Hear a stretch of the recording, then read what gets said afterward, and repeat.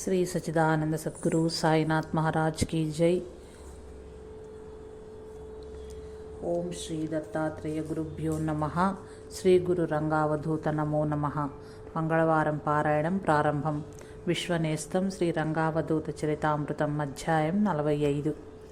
సాక్షాత్ భగవత్మయం గురు సాన్నిధ్యం।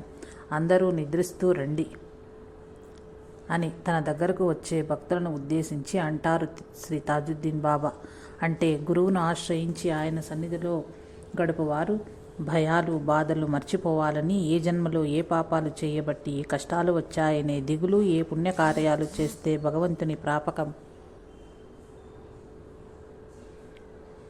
లభిస్తుందా అనే యోచనలు వలదని ఆయన మాటల్లో వ్యక్తమవుతుంది। గురు సన్నిధి చేరిన వాడు ఏ జపతపాది నిష్ఠలు కానీ అష్టాంగ యోగములు కానీ ఆచరించవలసిన అవసరం లేదు। ఎందుకంటే గురు సన్నిధి మనలను ఆవరించిన దుష్కర్మను, ప్రారబ్ధ ఆగామి కర్మలను సమూలంగా నశింపచేయటమే కాక పునర్జన్మలకు కారణమయ్యే ఇతర ఏ కర్మను మన చేత చేయనివ్వదు।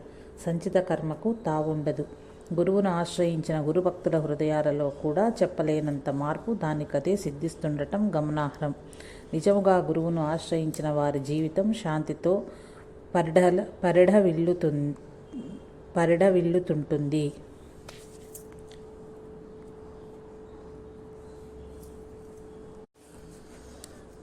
గురువును ఆశ్రయించిన గురుభక్తుల హృదయాలలో కూడా చెప్పలేనంత మార్పు దానికదే సిద్ధిస్తుండటం గమనార్హం। నిజముగా గురువును ఆశ్రయించిన వాని జీవితం శాంతితో పరిఢవిల్లుతుంటుంది। నర్మదా చేసిన ప్రదక్షిణ। ఒకసారి శ్రీ రంగావధూత తోటిదర అనే గ్రామానికి సమీపంలోని అరణ్యేశ్వర్లో కొద్ది రోజులున్నారు। రతన్లాల్ మాత్రమే శ్రీ స్వామివారికి తోడుగా ఉన్నాడు। అక్కడ నర్మదా నది ఒడ్డున ఒక శివాలయం ఉన్నది। శ్రీ స్వామివారు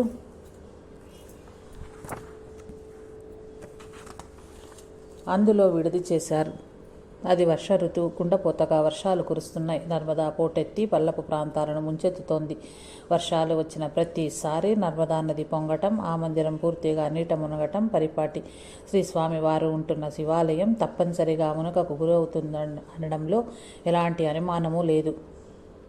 జాలిగుండె కలిగిన గుడి పూజారి త్వరపడి ఆలయాన్ని వదిలి మరింకేదైనా సురక్షిత స్థలమునకు వెళ్ళిపోమ్మని శ్రీ స్వామివారిని మరియు రతన్లాల్ను హెచ్చరించాడు। తోటిదర నుండి వచ్చిన గ్రామీణులు కూడా ఇంతకు మునుపు కూడా నర్మదా వరదల్లో అరణ్యేశ్వర శివాలయం మునిగిపోవటం తమకు తెలుసునని, అందుచేత తాత్కాలికంగానైనా ఈ ఆలయం వదిలి వెళ్ళటం మంచిదని చెప్పారు। అందరూ అన్నట్లుగానే నర్మదా ప్రవాహము పెరిగిపోసాగింది। శివాలయం పూజారి ఇతర మందిర సేవకులు ఆ స్థలాన్ని వదిలి వెళ్తూ తమతో పాటు రమ్మన్నారు కూడా। అయినా శ్రీ స్వామివారు అక్కడే గడిపేందుకు నిశ్చయించుకున్నారు। చివరగా రతన్లాల్ కూడా 1-2 రోజులు తోటిదర గ్రామానికి వెళ్ళి ఉందామని అణుకువగా చెప్పాడు। మరో చోటుకు వెళ్లేందుకు శ్రీ స్వామివారు విముఖత చూపించారు। శ్రీ స్వామివారు విశ్రాంతిగా కూర్చొని ఉండగానే నర్మదా ప్రవాహం ఉధృతమవసాగింది। అయినా శ్రీ స్వామివారు తమ స్థానం నుండి కదలలేదు। చూస్తుండగానే నీరు మందిరం చుట్టూ సుడులు వేసి తిరగటంతో రతన్లాల్ భయపడ్డాడు। అక్కడి నుండి వెళ్ళిపోదామని శ్రీ స్వామివారిని వేడుకున్నాడు। శ్రీ రంగావధూత నవ్వారే కానీ కదల్లేదు। రతన్లాల్, నీకు గుర్తున్నదా? ఇటీవలనే నేను పాదచారియే సుదీర్ఘమైన నర్మదామాత 2 గట్లను చుడుతూ ప్రదక్షిణలు చేసి వచ్చాను। నర్మదామాత ఇప్పుడు ప్రదక్షిణగా నన్ను చుట్టువేయాలని చూస్తోంది అని శ్రీ స్వామివారు ప్రశాంతంగా పలికి ధ్యాననిమగ్నులయ్యారు।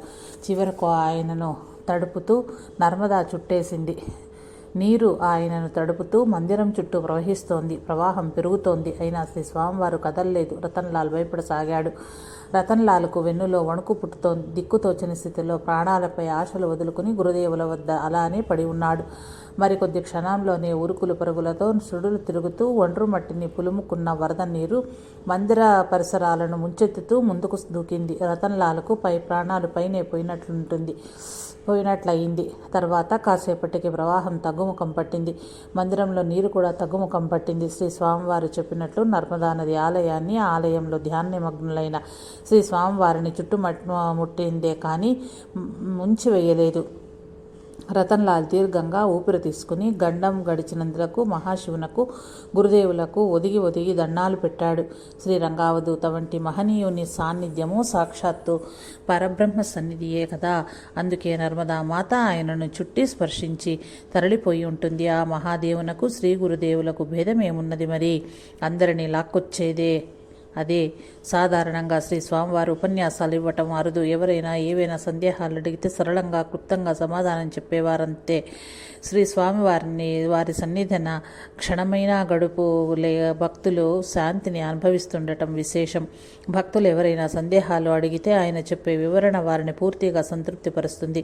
ఎన్నో సందేహాలతో శ్రీ స్వామివారి సన్నిధికి చేరగానే అక్కడి దివ్య ప్రశాంతతతోనే సమాధానాలు వాటికవే హృదయానికి స్ఫురించటం కొంతమంది భక్తుల అనుభవం. కొంతమంది భక్తులు ఎన్నో ప్రశ్నలకు సమాధానాలు తెలుసుకోవాలని గురుదేవుల సన్నిధికి చేరగానే అదే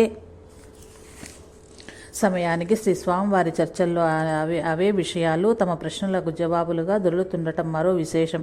మరికొంతమంది ఏవేవో ప్రశ్నలను శ్రీ స్వామివారిని అడగాలని ఉవ్విళ్ళూరుతూ ఆయన సన్నిధికి చేరగానే అక్కడి వారి దివ్య సన్నిధి గమ్మత్తుగా ఉంటూ తాము అడగాలనుకున్న ప్రశ్నల విషయమే మర్చిపోయి దివ్యమైన సంతోషంతో వెనుదిరగడమే జరుగుతుండటం మరో విశేషం. శ్రీరంగావధూత రాజ్పీపాల గ్రామంలో విడిది చేసిన సమయంలోని ఘటన ఇది. రాజ్పీపాల గ్రామంలోని న్యాయవాది ఒకరికి ఇదే అర్థం కాని విషయం. ఈయన ఏమీ అద్భుతంగా ఉపన్యసించడు, జనాలను ఆకట్టుకునే మరి ఏ ఇతర ప్రత్యేకత ఆయనలో కనిపించదు. అయినా జనం ఇలా దర్శనానికి ఎగబడటం ఏమిటి, ఆ పూలు పళ్ళు ఇత్యాది కానుకలు ఇస్తుండటం ఏమిటి అతనికి అర్థం కాలేదు. కొన్ని ప్రశ్నలు తయారు చేసుకుని తాను కూడా ఆయన వద్దకు వెళ్ళాడు. ఆ న్యాయవాది అందరితో పాటు మౌనంగా కూర్చున్నాడు. కొంతసేపటికి తిరిగి వచ్చేశాడు. మరుసటి రోజు కూడా ప్రశ్నలతో ఆతురతతో వెళ్ళాడే కానీ అంతే శాంతంగా కూర్చుని వచ్చేశాడు. ఇంటి వద్ద తనను తాను హెచ్చరిక చేసుకుని ఈరోజు ఈయన సంగతి తేల్చాలి అని కృతనిశ్చయంతో 3వ రోజు వెళ్ళాడు. అక్కడి నిశ్శబ్దంలో అంతా మరిచి కూర్చున్నాడు. కొంతసేపటికి తనను తాను సంభాళించుకుని కళ మేలుకున్నట్లుగా లేచి ధైర్యం కూడా కట్టుకుని ఏమిటో మీలో ఉన్న ప్రత్యేకత అని అడిగేశారు.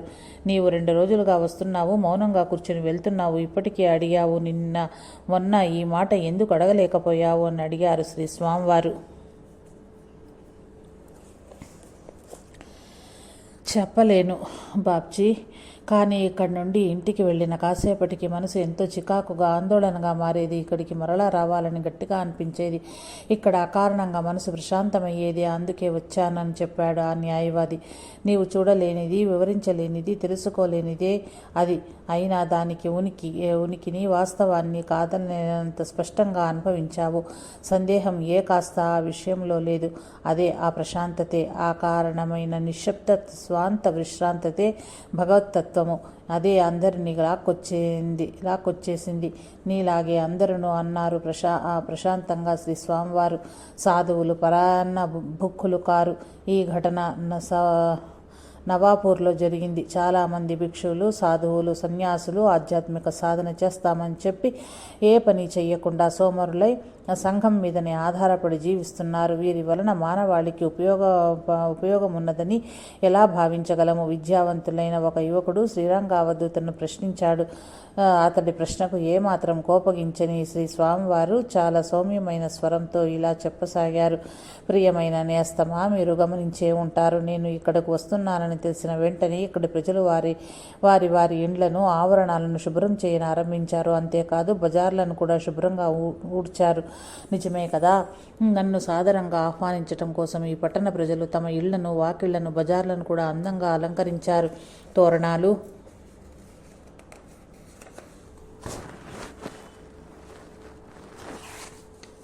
పూలమాలలు తీర్చిదిద్దారు. ఇది వారిలో దాగి ఉన్న సౌందర్యారాధనను, కళా నైపుణ్యాన్ని వెలికి తెచ్చింది కదా. భక్తి గీతాలాపనలతో ఏర్పాటైన సంగీత కచేరీలు, ఆధ్యాత్మిక సాంస్కృతిక కార్యకలాపాలు ఇచ్చటి ప్రజలందరినీ ఆకర్షించి కుల, మత, జాతి, లింగ, వయో భేదాలు లేకుండా అందరినీ అలరించినవి కదా.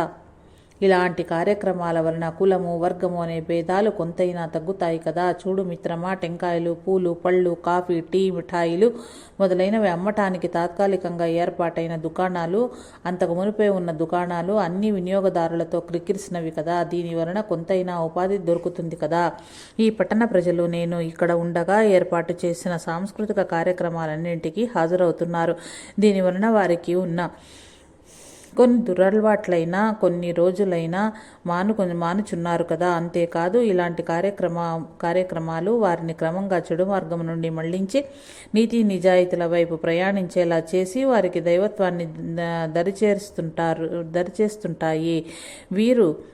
మీరు దీనికి అంగీకరిస్తారా? ఆ యువకుడు తన మిడిమిడి జ్ఞానానికి సిగ్గుపడి శ్రీ స్వామివారి ముందు మోకలిల్లాడు. ఎక్కడో ఒక చోట జరిగే ఏ విధమైన ఆధ్యాత్మిక కార్యక్రమమైనా ఎంతో కొంత ఎవరినో కొందరినైనా కనీసం 100కి లేదా 1000కి ఒక్కరిలోనైనా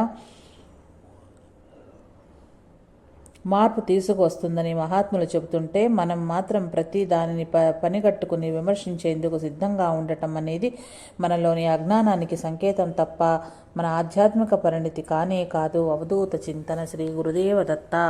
ఓం శ్రీ దత్తాత్రేయ గురుభ్యో నమః. శ్రీ గురు రంగావధూత నమో నమః. విశ్వనేస్తం శ్రీ రంగావధూత చరితామృతం. అధ్యాయం 46.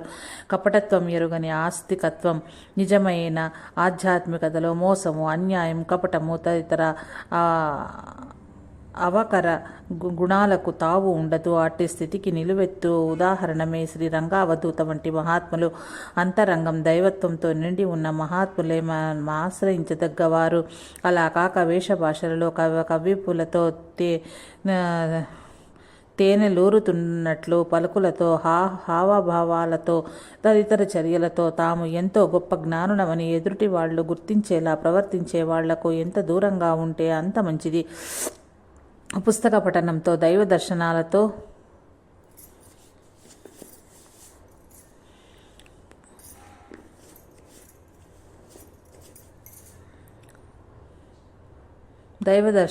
ప్రోగైన అపార శిష్య వర్గాలతో వాళ్ళు చేసే స్వభజనలతో ఎవరు మహాత్ములైపోరు. త్రికరణ శుద్ధిగా కలిగి సత్య ధర్మమును భగవత్ మార్గమును అందరిలో ఆయన్నే దర్శించగలవారే మహాత్ములు. మనం అట్టి వారిని ఆశ్రయించి తరించాలి.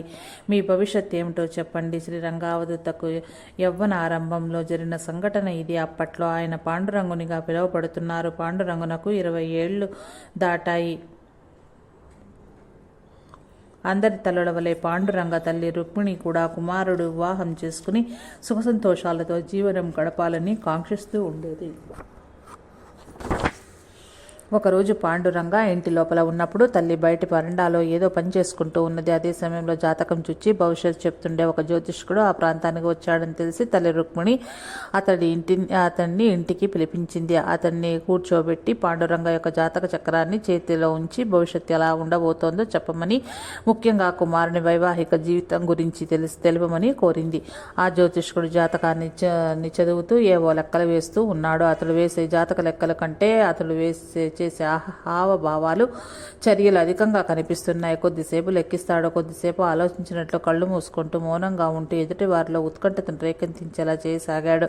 అతడి చేష్టలు చూస్తున్న రుక్మిణి అతడు జ్యోతిష్యం చెప్పటంలో మంచి దిట్టగా భావన చేసింది.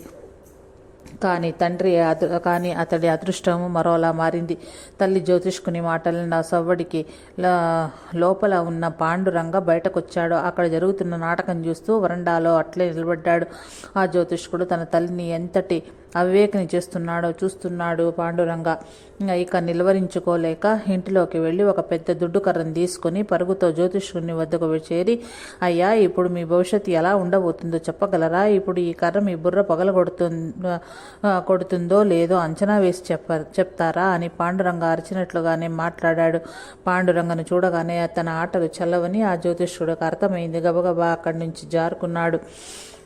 ఒక గౌరవనీయమైన వ్యక్తితో ప్రవర్తించాల్సిన తీరు ఇదేనా అంటూ తల్లి రుక్మిణి పాండురంగను గదమాయించింది. పాండురంగ నెమ్మదిగా బదిలిచ్చాడు. అమ్మా, అతడు పారిపోయాడంటేనే అర్థమవుతోంది కదా అతడు మోసగాడని అంటూ తనకు వివాహం చేసుకోవాలని లేదని, తనను బలవంతం చేయవద్దని చెప్పాడు.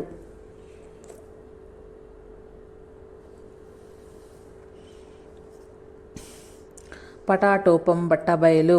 మన భారతదేశంలో ఆధ్యాత్మికవాదులను, పండితులను, సాధువులను, సన్యాసులను, యోగులను, గురువులను గౌరవించటం, పూజించటం, ఆరాధించటం అనాదిగా వస్తున్న మహత్తర సాంప్రదాయం. ఇదే సాంప్రదాయాన్ని ఆసరగా తీసుకుని ఆధ్యాత్మిక పేరుతో భాషలతో ప్రజలను మోసగించేందుకు కొంతమంది కపటులు, మోసగాళ్ల పుట్టుకు వస్తుండటం వలన దురదృష్టమని కూడా చెప్పవచ్చు. ఆనాడు పల్లెవాసుల అమాయకత్వాన్ని సాధువేషధారులు అన్ని రకాలుగా పాడుకునేవారు. విభూతి రేఖలు, పెద్ద కుంకుమ బొట్టు, జటాజుటము, ఆకట్టుకునే మాట తీరు, అవసరాన్ని బట్టి మంత్రం వేసి మసి చేస్తానని భయపెట్టగలిగే పటాటోపం ఉంటే చాలు. అలాంటి సాధువులకు ఆయా గ్రామాల స్వర్గంతో సమానము. గ్రామీణులు తాము తినకున్నా ఈ స్వామీజీ వేషధారులను పోషిస్తుంటారు. అలా వారికి అడుగడుగునా సేవలు చేయటం తమ అదృష్టంగా భావిస్తుంటారు. నిరంజన అనే సాధువు బుడిబుడి పాండిత్యం కలవాడు. ఒక పర్యాయం అతడు దీవర్ గ్రామం చేరాడు. ప్రజలను ప్రోగు చేసి భగవద్గీత గురించి ఉపన్యసించసాగాడు. రాను రాను రాజుగారి గుర్రం గాడిద అయినట్లు భగవద్గీతకు విపరీత భాష్యం చెప్పటం మొదలుపెట్టాడు. హిందూ ధర్మాన్ని కించపరుస్తూ కువ్యాఖ్యానం చెయ్యటం పనిగా పెట్టుకున్నాడు.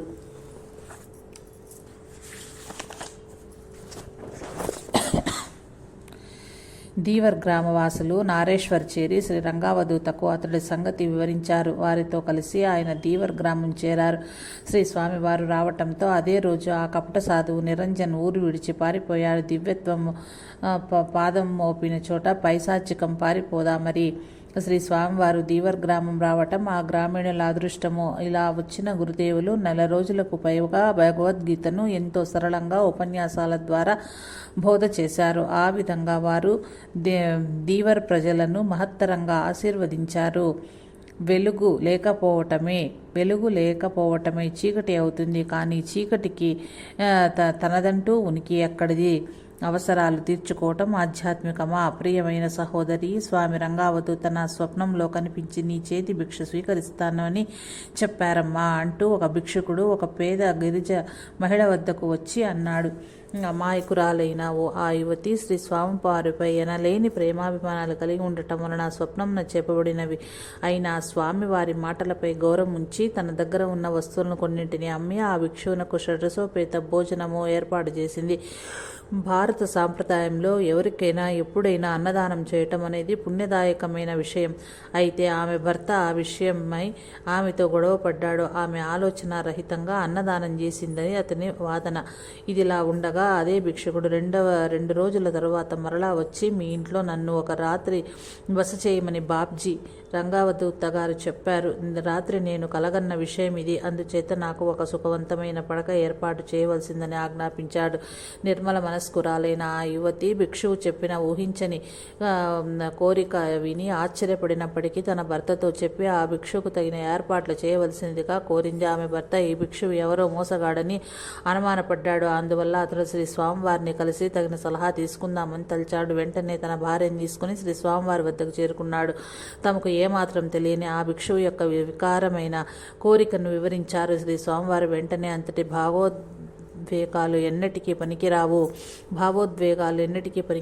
ఏ పనికైనా హేతుబద్ధం ఉండాలి. ఏ విషయంనైనా నిర్ణయం తీసుకునే ముందు దాని పూర్వపరాలు నిజానిజాలు అర్థం చేసుకోగలగాలి. మీకు తెలుసు, నేను రుచులకు పోనని. అలానే నేను ఎప్పుడు ఎలాంటి పట్టెమంచాలు, పట్టెపరుపులు, దుప్పట్లు కోరనని. అలాంటప్పుడు మరెవరో నేను మీ వద్దకు ఎందుకు పంపుతాను? మీ వద్ద నుండి రుచికరమైన భక్ష్యాలు, సుఖవంతమైన పడకలు అడగమని ఎందుకు చెప్తాను అని స్పష్టత ఇచ్చాడు.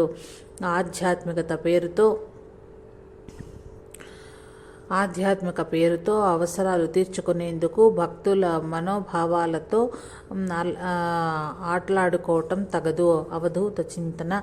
శ్రీ గురుదేవ దత్త.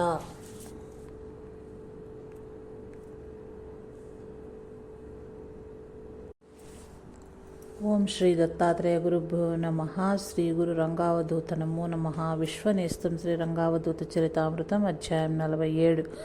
జగద్రక్షకునితో అడుగులు వేద్దాం. జీవితం సాఫీగా సాగిపోతున్నంత వరకు పర్వాలేదు, కానీ ఏ చిన్న ఒడిదుడుకులు వచ్చినా మనం పరిపరి విధాలా పరుగులు తీస్తుంది. మనసు పరిపరి విధాలా పరుగులు తీస్తుంది.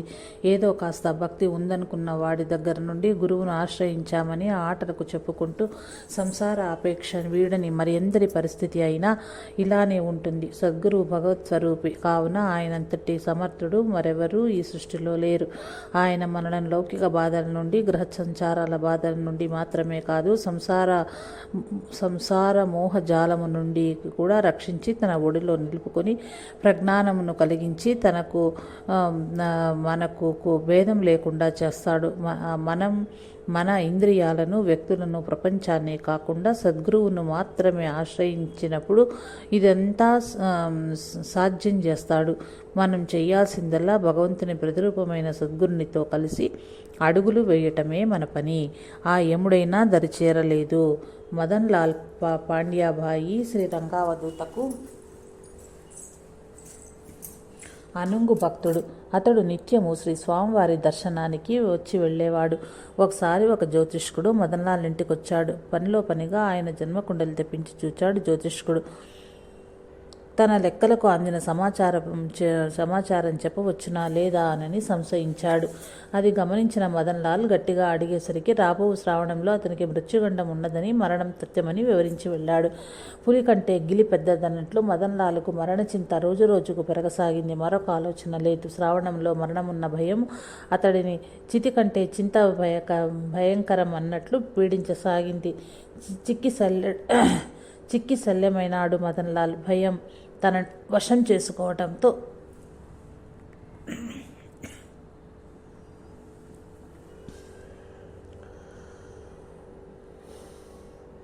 మరొక దారి లేక గురుదేవులు శ్రీ రంగావధూతను ఆశ్రయించాడతడు. ఆయన సన్నిధి చేరి సాగాడు. శ్రీ స్వామివారు అతన్ని ఉజ్జగించి మెల్లగా అడగగా జ్యోతిష్కుడు చెప్పిన మరణశాస్త్రం గురించి వెక్కిళ్ల మధ్య వినిపించాడు. శ్రీ స్వామివారి మనసు ద్రవించింది. ఏమీ కాదు, ఈ మాట నమ్ము, నీకేమీ కాదు, వెళ్ళి సంతోషంగా ఎప్పటిలా ఉండు అని ఆశీర్వదించి పంపారు. శ్రావణం వచ్చింది. జ్యోతిష్యుని మాటలు నిజం కాబోతున్నాయా అన్నట్లు మదన్లాల్కు తీవ్రమైన జబ్బు వేసింది. దాంతో బరోడా వైద్యశాలలో చేర్పించారు కుటుంబీకులు. ఖర్చుల దారి ఖర్చులదే, రోగం దారి రోగానిదే అన్నట్లుంది. రోజురోజుకు అతడి పరిస్థితి. రోగం కుదుట పడింది లేదు, రోజురోజుకు తీవ్రం కాసాగింది. తన మరణం తథ్యమని నమ్మిన మదన్లాల్ శ్రీ స్వామివారికి తన తీవ్రతరమైన అనారోగ్య పరిస్థితిని ఉత్తరం ద్వారా వివరిస్తూ వ్రాయించి పంపాడు. ఇదే చివరి ఉత్తరం, మీ చివరి ఆశీస్సులకై అంటూ. శ్రీ స్వామివారు ఉత్తరం చదివి వెంటనే సమాధానం రాసి పంపారు. తిరుగులేని మాటకు ఎదురు లేదు. నా మాటే అభయం. ఆ యముడైనా నీ దరి చేరలేడు, నీకేమీ కాదు. ఇది ఆ ఉత్తర సారాంశం. తిరుగులేని మరణానికి తిరుగులేని మరణ శాసనం అది. తిరుగులేని మరణానికి తిరుగులేని మరణ శాసనం అది.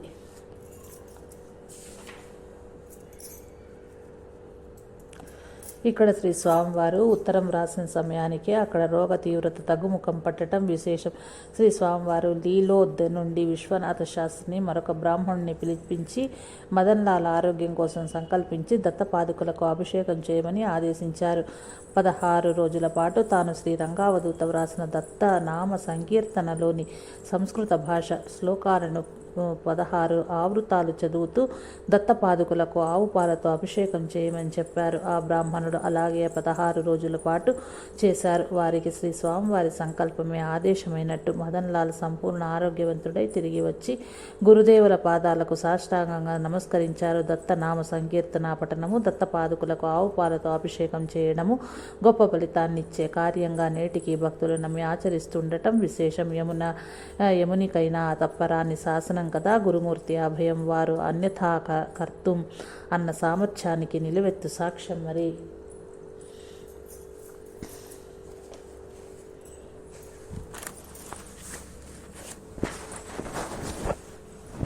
ఒక పర్యాయం బూటి అను భక్తుడికి ఒకరోజు గండం కలదని ఒక జ్యోతిష్కుడు చెప్పాడు. అతడు శ్రీ షిరిడి సాయి దగ్గరకు చేరి జ్యోతిష్యం గురించి గండం గురించి విన్నవించుకున్నాడు. అప్పుడు బాబా ఆ గండం ఏం చేస్తుందో చూస్తామంటూ అభయం ఇచ్చారు.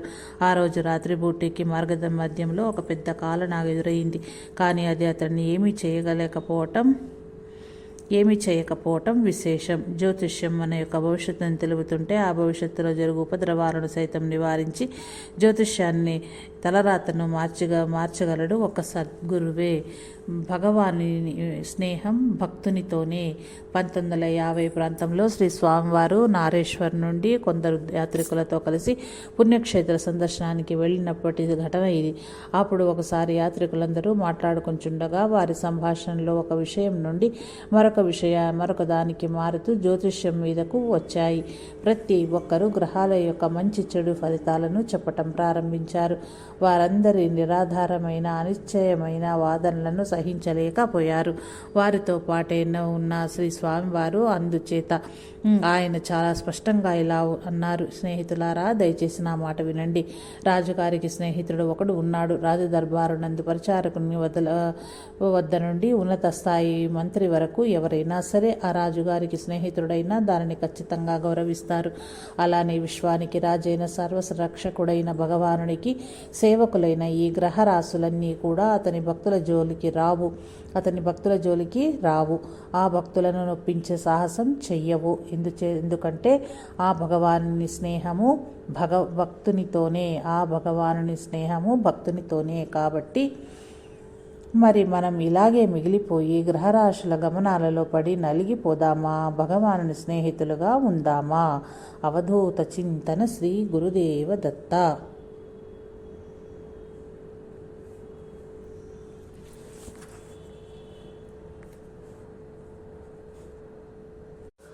ఓం శ్రీ దత్తాత్రేయ గురుభ్యో నమః. ఓ శ్రీ గురు రంగావధూత నమో నమః. విశ్వనేస్తం శ్రీ రంగావధూత చరితామృతం అధ్యాయం 48. అవధూత వైద్యం. భవరోగాన్ని నశింపచేయగల విభునికి భక్తుల శారీరక మానసిక రోగాలను తొలగించటం లెక్కలో పని కాదు. అయితే ఆ రోగాలు తొలగించటంలో మహాత్ముల విచిత్ర పద్ధతులను విపర్య ధోరణులను అవలంబించి చరిత్రలో ఘన వైద్యులుగా నిలుస్తుంటారు. మన పూర్వ పాప కర్మ ఫలితంగా ప్రస్తుత జన్మలో రోగాల రూపంలో దుఃఖాలు వస్తుంటాయనేది సత్యం. ఆ దుష్కర్మ అనుభవిస్తే గాని తీరదు. ఎన్ని వైద్యాలు చేయించినా ఉపశమించినట్లుండేదే గాని సమూలంగా రోగం నశించడం అనేది కర్మానుభవం పూర్తయ్యేంత వరకు ఉండదు. కానీ ఏ కొద్ది పుణ్యబలం వలనైనా మహాత్ముల సాన్నిధ్యము గురుభక్తి ఏర్పడితే మాత్రం గురుదేవుల దయదలిచి రోగాలను విచిత్ర విపర్య పద్ధతులతో నయం చేసి వాళ్లల్లో భక్తిని ఇంకా వృద్ధి చేసి భగవంతుని సామీప్యం చేరుస్తారు.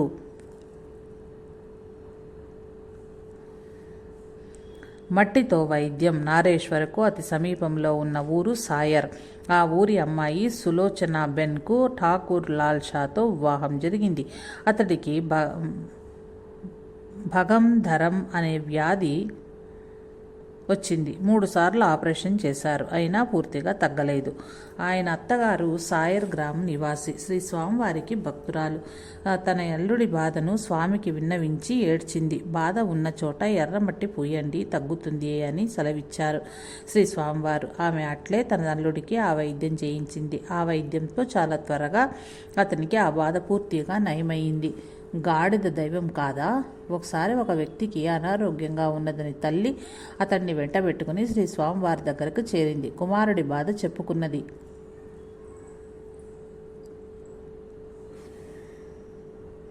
అప్పుడు శ్రీ స్వామివారు రోగిగా ఉన్న అతడు మోయగలిగినంత ఎండుగడ్డి మోపుగా కట్టి తల మీద పెట్టుకుని ఒక గాడిదకు తినిపించమని చెప్పారు.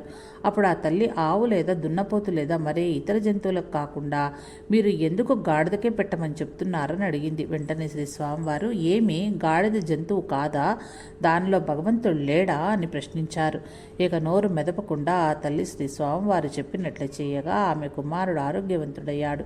నిజానికి శ్రీ స్వామివారి వంటి మహాత్ములను ఆశ్రయించినప్పుడు వారు చెప్పింది అక్షరాల చెయ్యాలి. అంతేకాని మన యొక్క అతి తెలివిని ప్రదర్శిస్తూ అలా ఎందుకు చెప్పారని ప్రశ్నించరాదు.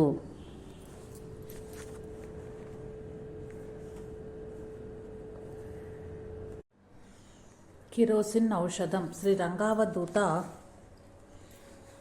నవాపూర్లో మకాన్ చేసి ఉన్నారు. సవితాబెన్ శ్రీ స్వామివారి దర్శనానికి రైలు ప్రయాణం చేసి వచ్చింది. క్యూలో నిల్చుంది. ఆమెకు సయాటికా నొప్పి ఉన్నది.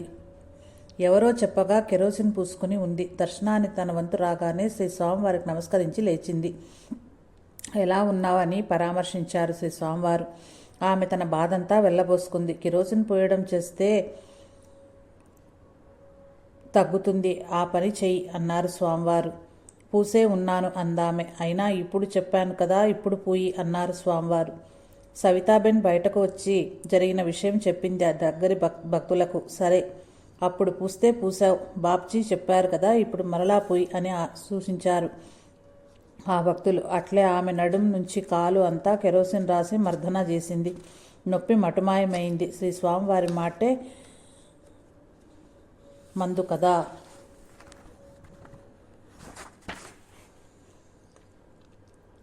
శివలింగం మట్టితో క్యాన్సర్. తనను ఆశ్రయించిన భక్తుల బాధలు చూడలేని కరుణార్థ హృదయులు శ్రీ రంగావధూత. ఆయా భక్తులు శారీరకంగా కానీ మానసికంగా కానీ బాధపడుతుంటే తట్టుకోలేరు. అట్టివారి రోగ నివారణకు శ్రీ స్వామివారు సూచించిన నివారణ పద్ధతులు కానీ వైద్య సలహాలు కానీ విచిత్రంగా ఉంటాయి. ఒకసారి ఒక క్యాన్సర్ వ్యాధిగ్రస్తుడు శ్రీ స్వామివారి శరణు జొచ్చాడు. ఎక్కడ చూపించినా నయం కాని తన రోగాన్ని తగ్గించి తనకు ప్రాణభిక్ష పెట్టమని అర్థించాడు. అప్పుడు శ్రీ స్వామివారు శ్రావణ మాసమంతా ప్రతిరోజు బంకమట్టితో శివలింగాన్ని తయారు చేసి పూజించి తర్వాత ఆ మట్టిని క్యాన్సర్ ఉన్నట్టి మెడ ప్రాంతమంతా అచ్చులాగా కప్పి ఆ తర్వాత ఆ మట్టిని నర్మదా నది ప్రవాహంలో వదలమన్నారు. ఆ భక్తుడు అట్లే చేసి స్వస్థత పొందాడు. తనను మృత్యువు నుండి రక్షించినందుకు కృతజ్ఞతగా తాను నారేశ్వర్లోనే శాశ్వతంగా నివసించేందుకు సిద్ధపడ్డాడు. కానీ శ్రీ రంగావధూత అంగీకరించలేదు. ఇంటికి వెళ్ళమని ఆదేశించారు. అంతేకాక జీవనోపాధి చేసుకుంటూ అనారోగ్య సమయంలో చేసిన అప్పులు తీర్చుకోమని, ఆ తర్వాత ఎక్కడైనా స్థిరపడవచ్చునని చెప్పారు. తమ బాధ్యతలను కర్తవ్యాలను విస్మరించటాన్ని శ్రీ స్వామివారు ఇష్టపడరు. ఉద్యోగం చేసేవాళ్ళు ఎవరైనా తమ పనికి సెలవు పెట్టకుండా కానీ లేదా పని రోజుల్లో కానీ నారేశ్వర ఆశ్రమానికి వచ్చినా అక్కడ సేవల్లో పాల్గొనినా శ్రీ స్వామివారు అభ్యంతరం వెలిబుచ్చుతారు. వెంటనే తమ విధుల్లోకి వెళ్ళమని ఆదేశిస్తారు కూడా. రోగులకు వారు సూచించే వైద్యం కానీ దైవపరమైన ప్రక్రియలు కానీ విచిత్రంగా ఉండటమే కాదు, ఒకరికి సూచించినవి మరొకరికి నయం చేయవు. పైగా వ్యాధి తీవ్రతరం అవుతుంది. శ్రీ అక్కలకోట స్వామి, షిరిడి సాయి, శ్రీ వెంకయ్య స్వామి వంటి మహాత్ముల చరిత్రలో కూడా ఇట్టి అవధూత వైద్యాన్ని చూడగలము. అవధూత చింతన. శ్రీ గురుదేవదత్త.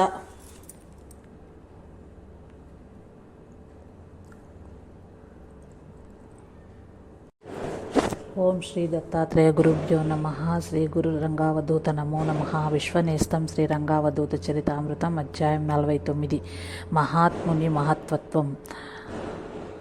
గొడ్డుబర్రె పాడగేదిగా మారింది.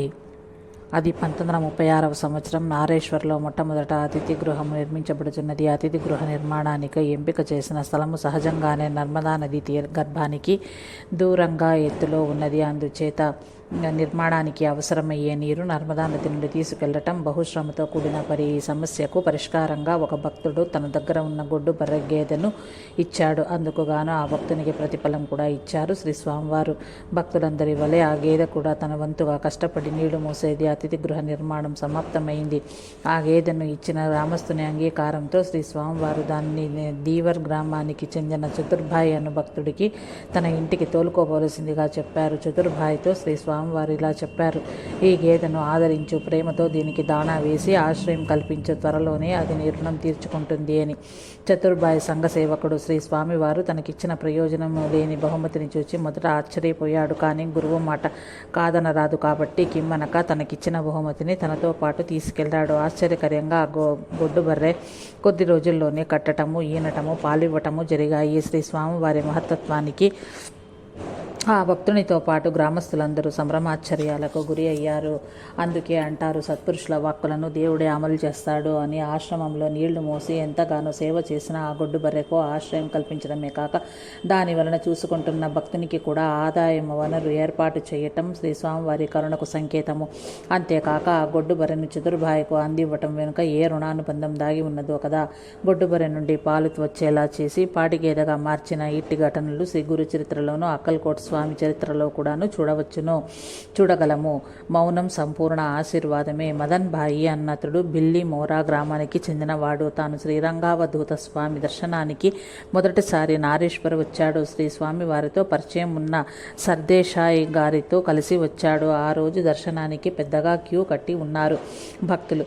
మదన్ భాయి సర్దేశాయి కూడా క్యూలో వెళ్లారు. దగ్గరికి వెళ్ళి నమస్కరించుకున్నారు. శ్రీ స్వామివారు సర్దేశాయితో మాట్లాడుతూ ఉన్నారు. క్యూ కదులుతూ ఉంది. శ్రీ స్వామివారు తనతో కూడా మాట్లాడితే బాగుంటుందనుకున్నాడు మదన్ భాయ్. కానీ శ్రీ స్వామివారు సర్దేశాయితో అంత చనువుగా ఉంటూ తనతో అసలు మాట్లాడకపోవటము అతనికి చాలా బాధ కలిగించింది. దాంతో చాటుగా బాగా ఏడ్చేశాడు. ఆ రోజు రాత్రికి అక్కడే నిద్ర చేశాడు. మరుసటి రోజు ఊరు వెళ్లేందుకు అనుజ్ఞ కొరకు శ్రీ స్వామివారి వద్దకు వెళ్ళాడు. మదన్ భాయి వారు అతడిని దగ్గరగా కూర్చోబెట్టుకుని సంతోషమైందా అని అడిగారు. మొహమాటంతో సంతోషమే బాప్జీ అన్నాడు మదన్ భాయి. ఎక్కడి సంతోషం, మరెందుకు చాటుగా ఏడవటం? చూడు, మాట్లాడితేనేనా ప్రేమ? నిన్న నీతో మాట్లాడలేదని ఎంతో కించపడ్డావు కదూ. మౌనం పూర్ణమైన ఆశీర్వాదమే. సంతోషంగా వెళ్ళిరా అని అనుజ్ఞ ఇచ్చారు శ్రీ స్వామివారు. చాటుగా మౌనంగా పడ్డ తన బాధ తెలుసుకుని మరీ మనసులో బాధను తొలగించడమే కాక సంపూర్ణంగా ఆశీస్సులు అందించిన శ్రీ స్వామివారికి సంతోషంగా నమస్కరించి వెళ్ళాడు మదన్ భాయి. ఆ తర్వాత ఎన్నోసార్లు గురుదేవుల దర్శనానికి వచ్చి వెళ్ళాడు అతడు. గాజులు లేని చేతి నీరు వద్దు. ఒకసారి ఇరువురు దంపతులు తన కుమార్తెతో కలిసి నారేశ్వరం చేరి శ్రీ రంగావధూతను దర్శించుకున్నారు. ఆ దంపతులు తమ కుమార్తె చేతిలో గాజులు ధరించుటకు ఇష్టపడటం లేదని మొరపెట్టుకున్నారు. ఆడపిల్ల చేతులకు గాజులు లేకుండా ఉండటం అరిష్టమన్న తమ తలంపును శ్రీ స్వామివారికి తెలిపారు. అంతా విన్న శ్రీ స్వామివారు ఆ బాలిక వైపు తిరిగి తనకు త్రాగటానికి మంచినీరు తీసుకురమ్మని అడిగారు. ఆయన పట్ల ఎనలేని భక్తి ప్రపత్తులు కలిగిన ఆ బాలిక వెంటనే లేచి నీళ్లు త్రాగటానికి మంచినీరు తీసుకుని వచ్చి వారి ముందు ఉంచుతుండగా శ్రీ స్వామివారు ఆ అమ్మాయి చేతుల వైపు చూస్తూ, క్షమించాలి, గాజులు లేని ఆ చేతులతో తీసుకోవచ్చిన నీటిని స్వీకరించలేము అని అన్నారు. తన వైఖరికి తానే సిగ్గుపడిన ఆ బాలిక శ్రీ స్వామివారి పాదములపై పడి తనను క్షమించమని కోరింది. అంతేకాక ఇక మీదట తాను ఎప్పుడూ కూడా చేతులకు గాజులు లేకుండా ఉండనని ఒట్టు వేసుకున్నది. నారేశ్వర్తో అనుసంధానించు. భరూచ్లో వైద్య సేవలు అందిస్తున్న ఠాకూర్ భాయ్ ఎస్ పటేల్ ఒకసారి శ్రీ రంగావధూతతో ఇలా విన్నవించుకున్నాడు. బాప్జీ, రావాలనిపించినప్పుడల్లా మీ సన్నిధికి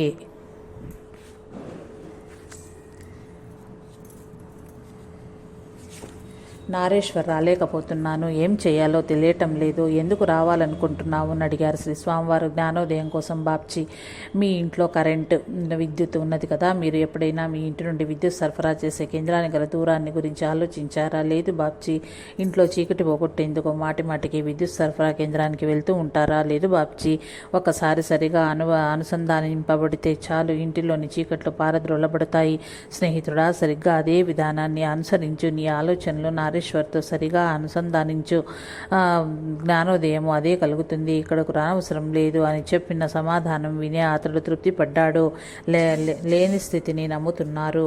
ఒకసారి వడోదర నుండి రోజరీ స్కూలు విద్యార్థినులు నారేశ్వర ఆశ్రమ దర్శనానికి వచ్చారు. వాళ్ళు ఆశ్రమానికి వచ్చేసరికి చాలామంది భక్తులతో గురుదేవులు కూర్చుని ఉన్నారు. అప్పుడు వారి అనుమతితో ఆ బాలికలు ఒక్కొక్కరుగా తమ సందేహాలను ఆయన ముందు ఉంచసాగారు. శ్రీ స్వామివారు సమాధానాలు చెప్తున్నారు. ఒక అమ్మాయి ఇలా అన్నది, బాప్జీ, మేము భగవంతుని ఉనికిని నమ్మిన వాళ్లము, నాస్తికులము. శ్రీ స్వామివారు మీకు ఏదో ఒకదానిపై ఉన్న నమ్మకాన్ని సూచిస్తుందని దాని అర్థము. దేవుడు లేడని మీరు నమ్ముతున్నారు అంటే దేవుడి ఏమీ లేని స్థితిని నమ్ముతున్నారని అర్థము కాదంటారా అని నవ్వుతూ పలికారు. భగవంతుని యొక్క ఉనికిని నమ్మటం లేదు వాళ్ళు. భగవంతుడు అనే శక్తి ఉన్నదనే భావన ఉంటేనే కదా ఆ శక్తికి ఉనికి ఉన్నది అనైనా లేదు అనైనా చెప్పగలిగేది. భగవంతుని ఉనికిని నమ్మటం లేదు అంటే పరోక్షంగా ఆయన నమ్ముతున్నట్లే కదా. ఇదే విషయాన్ని శ్రీ స్వామివారు తమ మాటల్లో వ్యక్తపరిచారు. దేవుడి ఏమీ లేని స్థితి అంటే నిజానికి భగవంతునిగా చెప్పబడుతున్న ఈ విశ్వ చైతన్య శక్తి శూన్యముతోనే కదా వ్యాపితమై ఉన్నది. ఆ ఒక్కటి ఉంటే చాలు. ఒకసారి అదృష్టవశాత్తు శ్రీ రంగావధూత గారి పాదుకులను స్వీకరించిన ఒక భక్తురాలు ఆయనను ఇలా అడిగింది, బాబ్జీ, పాదుకులను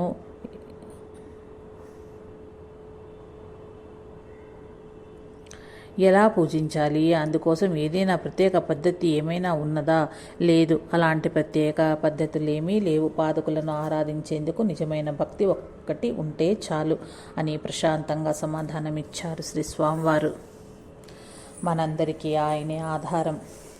ఒకసారి శ్రీ స్వామి రంగావధూత రాజ్పిపాల గ్రామంలో వేంచేసి ఉన్నారు. తమ దగ్గర చేరిన భక్తులతో ఆధ్యాత్మిక విషయాలు మాట్లాడుతున్నారు. ఆ సమయంలో ఒక భిక్షగాడు ఒక పెద్ద ఖాళీ సంచితో అక్కడకు చేరి ఇలా అన్నాడు, ఓ స్వామి, నాకు ఏ ఆధారమూ లేదు. ఈ సంచియే నాకు ఆధారము. ఈ ధనికులను అడిగి నాకేదైనా ఇవ్వమని చెప్పండి. అప్పుడు శ్రీ స్వామివారు, ఆ సంచి ఉండటం వల్ల నువ్వు చాలా అదృష్టవంతుడివి.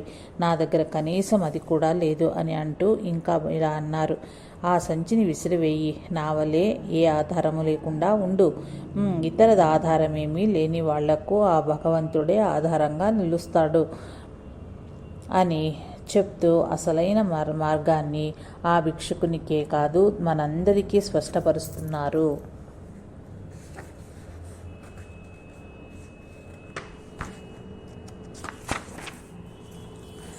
జూదంలో సలహా: జూదమాడటం, పందెం కాయటం వంటివి తగవని చెప్తుండేవారు శ్రీ రంగావధూత.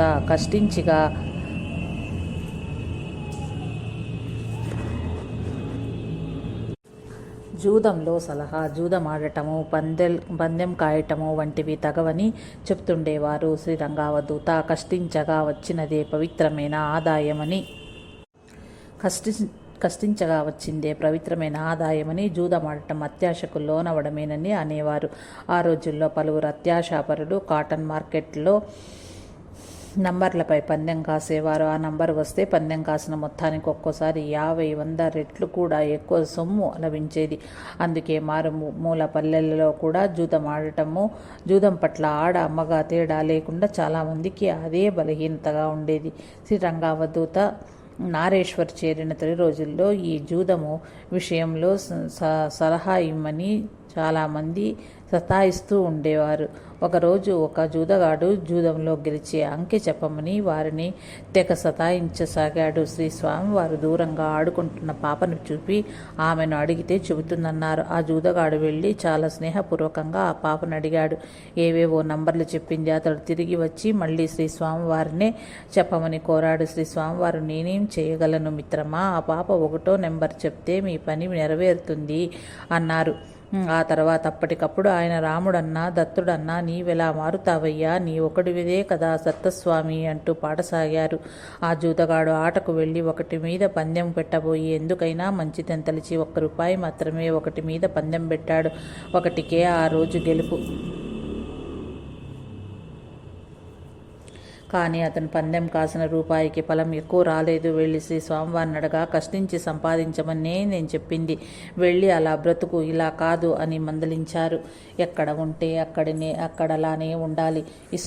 ఇసుక దిబ్బెలు, బండలు, నీటితో కూడుకుని ఉన్న ప్రాంతము రాజస్థాను. నీటి ఎద్దటి వలన అది ఎప్పుడు కరువు ప్రాంతమే.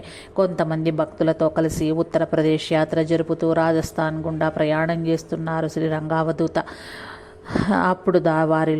అప్పుడు వారితో శ్రీ స్వామివారు, స్నేహితులారా, మన గుజరాత్ కంటే ఇక్కడ ఉష్ణోగ్రతలు బాగా తక్కువగా ఉన్నాయి. ఎవరికైతే చల్లని నీటితో స్నానం చేసే అలవాటు ఉన్నదో వాళ్ళు వేడి నీటితో స్నానం చేయండి. ఈ చలి వాతావరణం వల్ల జబ్బున పడ్డామంటే మన ప్రయాణం రద్దు చేసుకుని వెనక్కు పోవాల్సి ఉంటుంది. ఎవరైతే రోజుకు 2 సార్లు స్నానం చేస్తున్నారో వారందరూ రోజుకు 1 సారి స్నానం చేయండి. ఈ ప్రాంతంలో ఉన్న నీటి ఎద్దడిని మనం అర్థం చేసుకోవాలి. అందువలన స్నేహితులారా, రోమ్లో ఉన్నప్పుడు రోమన్స్గా ఉండేందుకు ప్రయత్నించండి. అలానే రాజస్థాన్లో ఉన్నప్పుడు మార్వాడీలుగా ఉండేందుకు ప్రయత్నించండి అని సలహా ఇచ్చారు.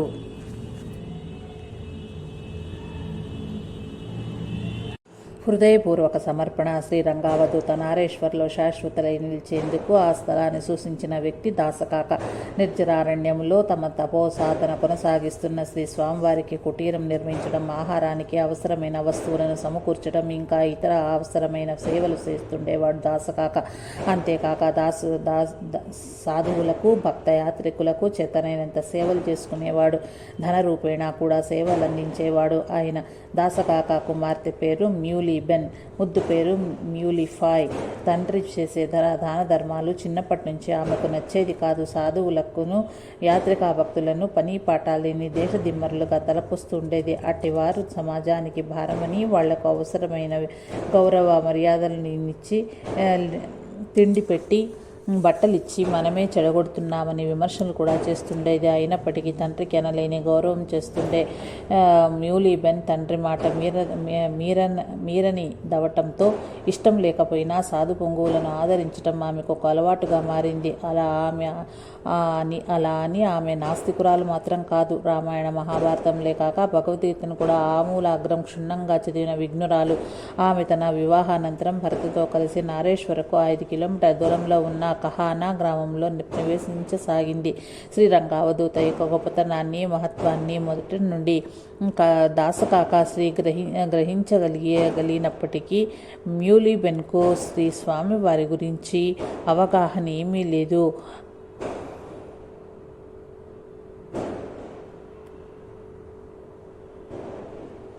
అయినప్పటికీ తండ్రికి తనకు గురుదేవులతో ఉన్న అనుబంధం కొద్దీ ఆమె ఎప్పుడైనా వడోదర, భరూచ్ వంటి పట్టణాలకు వెళ్తున్నప్పుడు శ్రీ స్వామివారికి ఏమైనా కావాలేమోనని విచారించేది. సర్వసంగ పరిత్యాగి అయిన ఆ మహనీయుడు ఎప్పుడు ఏది కావాలని ఆమెను అడగలేదు. వారి నిరాడంబరత, భగవత్పరాయణత, భేదభావమెరుగని ప్రేమ తదితర అంశాలతో ప్రభావితురాలైన మ్యూలీబెన్ క్రమక్రమంగా గురుదేవుల పట్ల భక్తి ప్రభావము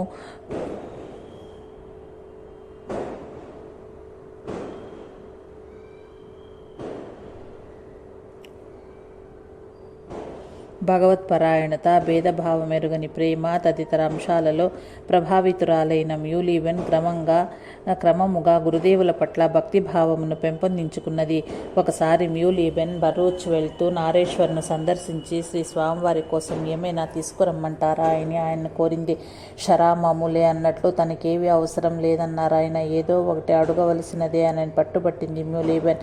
సరే, నా కోసం ఏమైనా తేవాలనే కోరిక నీకు ఉన్నట్లయితే ధూపం వేసేందుకు సాంబ్రాణిని తీసుకునిరా అన్నారు శ్రీ స్వామివారు. తప్పకుండా బాబ్జీ, మీకు సేవ చేసుకునే అవకాశం ఇచ్చినందుకు ధన్యవాదాలు అని చేతులు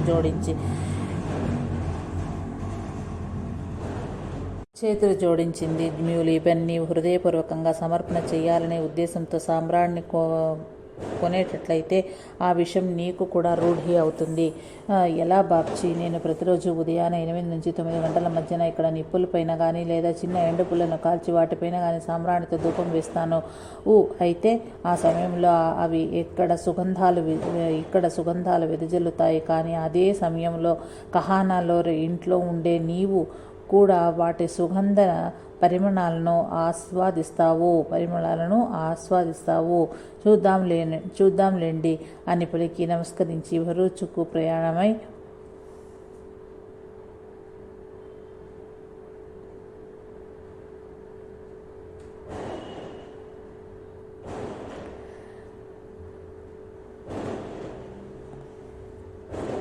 ఆ సమయంలో అవి ఇక్కడ సుగంధాలు వెదజల్లుతాయి. కానీ అదే సమయంలో కహానాలో ఇంట్లో ఉండే నీవు కూడా వాటి సుగంధ పరిమళాలను ఆస్వాదిస్తావు. చూద్దాంలేండి అని పలికి నమస్కరించి భరూచ్కు ప్రయాణమై వెళ్ళింది. అక్కడి నుండి తిరిగి వస్తూ నారేశ్వర్కు వెళ్ళి శ్రీ స్వామివారికి సాంబ్రాణిని అందజేసి నమస్కరించుకున్నది మ్యూలీబెన్. కొద్దిసేపటి తర్వాత ఆమె కహానాకు వెళ్ళింది. ప్రయాణంలో ఆమె శ్రీ స్వామివారు చెప్పిన సాంబ్రాణి ధూపము ఉదంతం పూర్తిగా మర్చిపోయింది. మరుసటి ఉదయము శ్రీ స్వామివారు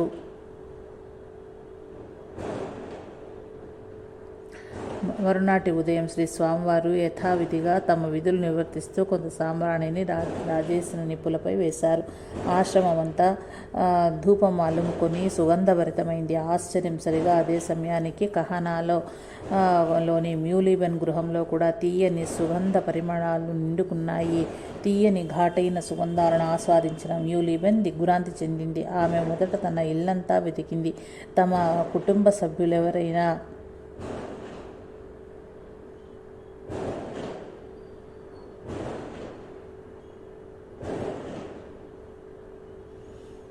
ధూపం వేశారేమోనని, కానీ అలాంటిది ఏమీ లేదు. ఆ తర్వాత ఆమె పొరుగిళ్ళి వాళ్లను కూడా విచారించింది, కానీ వారెవ్వరూ ధూపం వేయలేదు. నారేశ్వర్లో గురుదేవులు అన్న మాటలు అప్పుడు మ్యూలిబెన్కు గుర్తుకొచ్చాయి. నీవు హృదయపూర్వకంగా సమర్పణ చేయాలనే ఉద్దేశంతో సాంబ్రాణి కొన్నట్లయితే ఈ విషయం నీకు బాగా రూఢి అవుతుంది అని. వెంటనే సమయం ఎంత అయిందా అని చూచింది. ఉదయం 8:30 గంటలు. శ్రీ స్వామివారు చెప్పిన సమయమే అయింది. ఆమె నోటి వెంట మాట రాలేదు. కన్నుల నుండి నీరు కారి చెంపలు తడుస్తుండగా ఆమె చేతులు జోడించి నారేశ్వరం ఉన్న దిక్కుకు తిరిగి, ఓ మహాత్మా, నన్ను క్షమించు. నేను ఒక సాధారణ గృహిణి. మీ మహత్వాన్ని గుర్తెరిగే శక్తి నాకు లేదు. దయచేసి నన్ను క్షమించు. నారేశ్వర్ నివాస, నన్ను క్షమించు అని ప్రార్థించింది.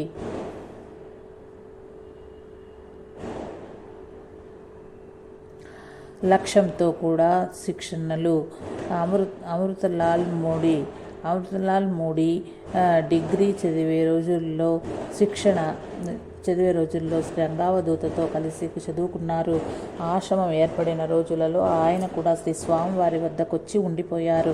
ఆశ్రమ నిర్వహణ చూచేవారు. ఒకసారి ఎవరో వచ్చి ఆశ్రమానికి ₹1,00,000 విరాళం ఇవ్వదలిచామని చెప్పారు. ఆ చందా వద్దని అమృతాల్ తిరస్కరించాడు. కారణం, అప్పుడు ఆ సమయంలో అంత డబ్బుతో కూడిన పని ఏది తలపెట్టలేదు. అంటే డబ్బుతో అవసరం ఆ సమయానికి లేదు మరి. కానీ ఆ రోజుల్లో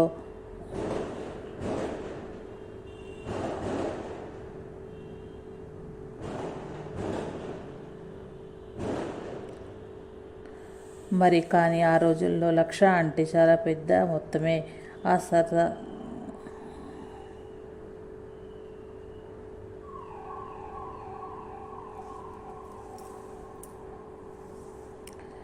ఆ చందా ఇచ్చేవారు అదే అన్నారు. ఇంత మొత్తం ఇచ్చేవారు మీకు సులభంగా దొరకరు, ఆలోచించుకోండి అని.